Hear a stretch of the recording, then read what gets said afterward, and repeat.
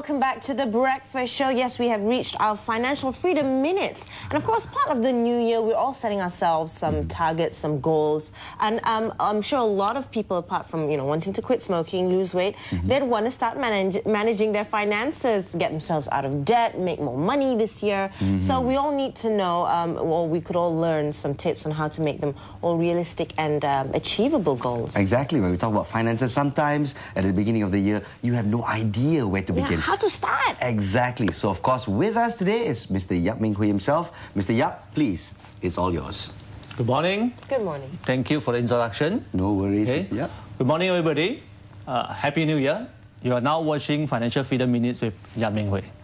Now, today I want to talk about how do we do goal setting for the year 2011 for your money management. Basically, why do we need to set financial goals? Because if we do not know where is our destination, how are we going to reach the destination? So, there are three goals I want to set for you today, which is a major one. Of course, you may think about this year's financial goals. You may want to actually buy a new car, buy a new house, buy a new camera, or whatever. But I will urge you to consider at least to include these three major goals in your financial freedom management.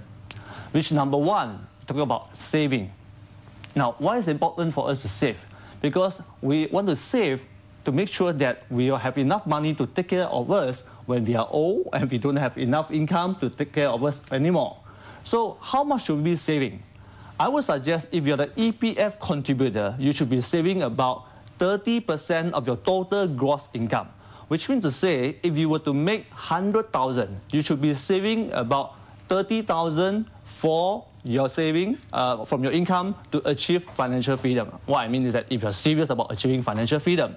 Now, then you may ask, what happened to the EPF contribution? Yes, as an employee, you contribute 11%. Okay, to the EPF contribution, which means to say, in addition to 11%, you should be saving another 19%, which is 19,000 for your financial freedom goals. Now, how about for those who do not have EPF contributions? If you do not have EPF contributions, you should be targeting to save at least 35% of your saving. Of your income. The reason being that you need to save more is because that in your case whereby you do not have EPF contribution, you do not have employer to save the additional 12% for you. Now, once you identify, for example, you need to save 30,000 a year, then you should actually break it down to a monthly target, okay, so that it's actually more achievable. So 30,000 a year, monthly, it should be about 2,500. Okay, so to save 2,500, again, we need to actually identify what's a saving method that can actually help us to save effectively. Okay, to save effectively, I would suggest that you start on some kind of regular saving scheme, either with an insurance company, in a bank, or even the unit trust company, so that every month they'll deduct 2,500 from your account, okay, automatically. Then you increase your chance of achieving your financial freedom saving goal every month. Now, the next point I'm going to talk about here is about your investment performance goal. Now, why is it important for us to invest to achieve a goal? Okay, very important, remember, in this world, there's such thing called inflation. And what it means is that if you do not invest to grow your money faster than the inflation rate, okay, then what happens is that you will end up, okay, your money shrinking in your bank and you don't really even realize it. So for that matters, I would just suggest that then the question we need to talk about here is that what kind of return that should we be targeting? Now, if you are actually a low-risk investor, you should be targeting for at least 6 to 8% investment return a year. If you are a moderate risk investor, you should be targeting between 8 to 10% investment return a year. And if you are a high-risk investor, you should be targeting about 10 to 12% return. Now, for some people say, hey, what, Mr. Yap, why not we target for 15%, 20%, or better, it's still 30%? Now, let me share with you. If you target any return more than 12%, okay, that would be speculation. That's not investment, okay? So be very careful to ask yourself whether if you're looking for serious investment, you should be targeting less than 12% a year. Now, next, we talked about is that once you actually identify a target return about 8%, then you should be looking for the investment that can match, that can give you the 8% return at the end of the year. So what are the example of this investment? It would be, for example, property investment. it could be also unit trust investment, it could be also share market investment.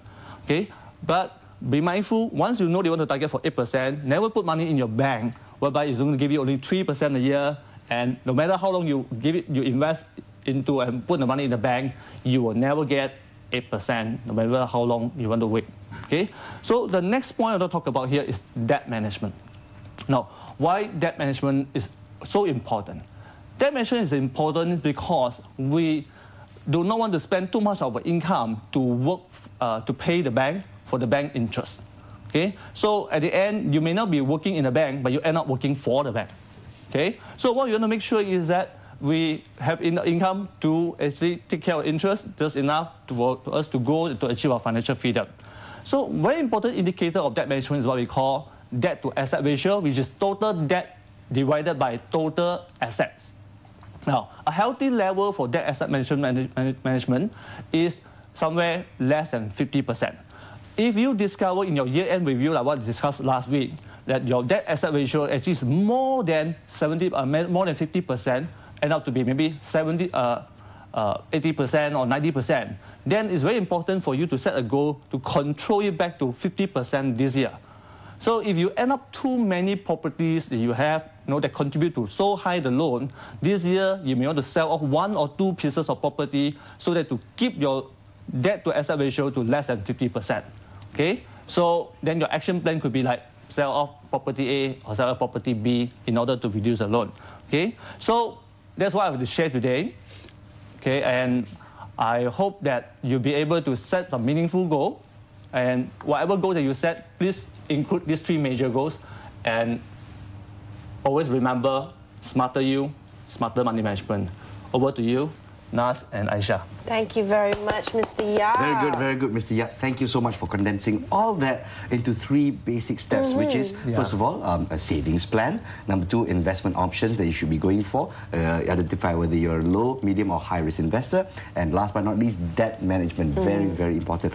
But our first question, Mr. Yap, are those basically for a good template for any viewer out there who have problems, or should there be priorities involved? Let's say if you are very highly involved with debt, should that be your top priority before you go to savings or even more investments? Yeah, of course. I would say this is the 3 major goals for actually any household out there. Of course, I would say if you're seriously in an ICU position,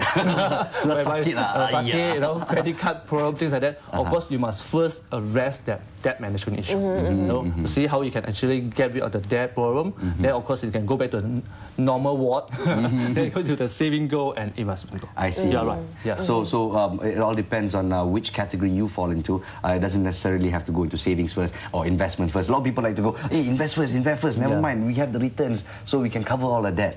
So that's not a healthy thinking, is it? Sure. Yes. But for those of you who are probably first time they're actually looking into having an orderly, or to organize their finances, to actually really look into it.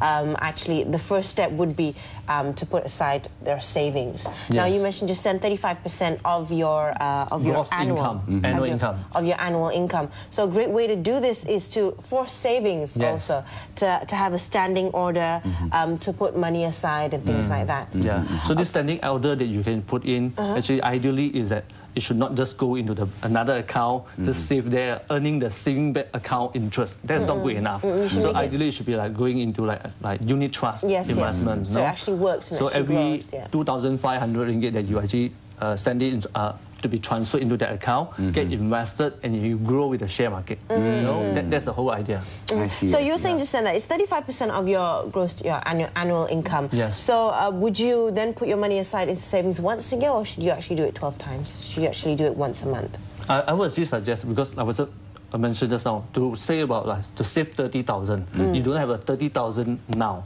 So the idea is that also not to wait until at the end of the year, then only say, I want to wait to have 30,000, then only invest. And that's not practical in our real life. In real life, is to wait until like that, then you'll see, how come I cannot find my 30,000? Exactly. Chances are every year you won't be able to find it. So the idea is 30,000, we must divide it Now divide it into 12 months. So become 2,005. Every month, 2,005 from your salary, from your saving account, you should have 2,005 and get deducted. Kiss it goodbye. Yeah. Kiss it goodbye for now. For now. Yes. You know, quickly put it aside.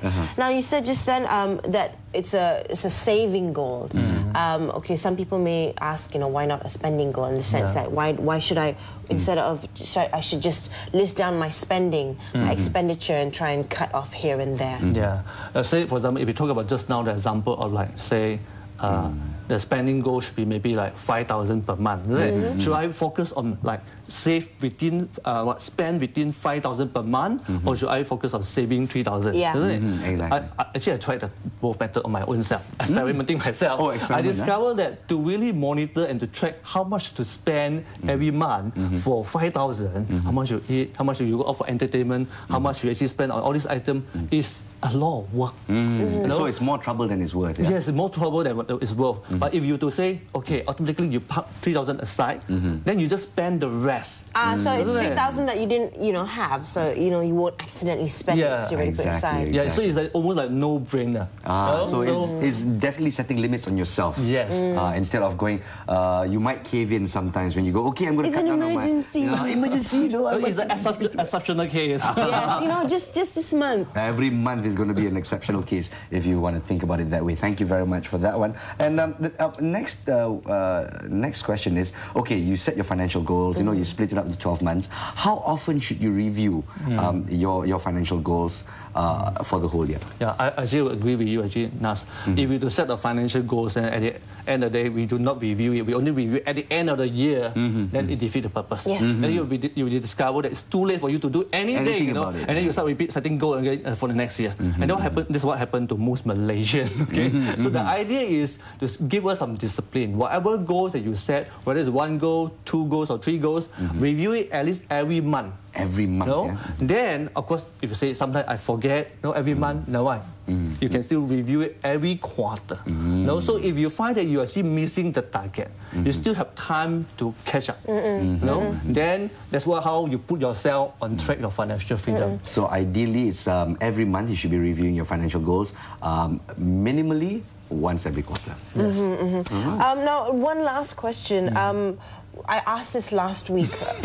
How do you, when you review it, you must have some sort of a document or something that you can look at and go like, okay, this is as much as I spent. You know, maybe you could have one session where you actually show us and our viewers how exactly you do a simple one, because a lot of people actually talk about money and numbers. They're like, oh God, you know, I should just hire an accountant to do this for me. Because I cannot remember my Form 3 ledger book. Exactly. And you know, some people didn't take accounts in school. There you go. So, you know, maybe one episode can be about how to do a simple one for personal spending. Personal request. Personal request from me. I'd like to learn.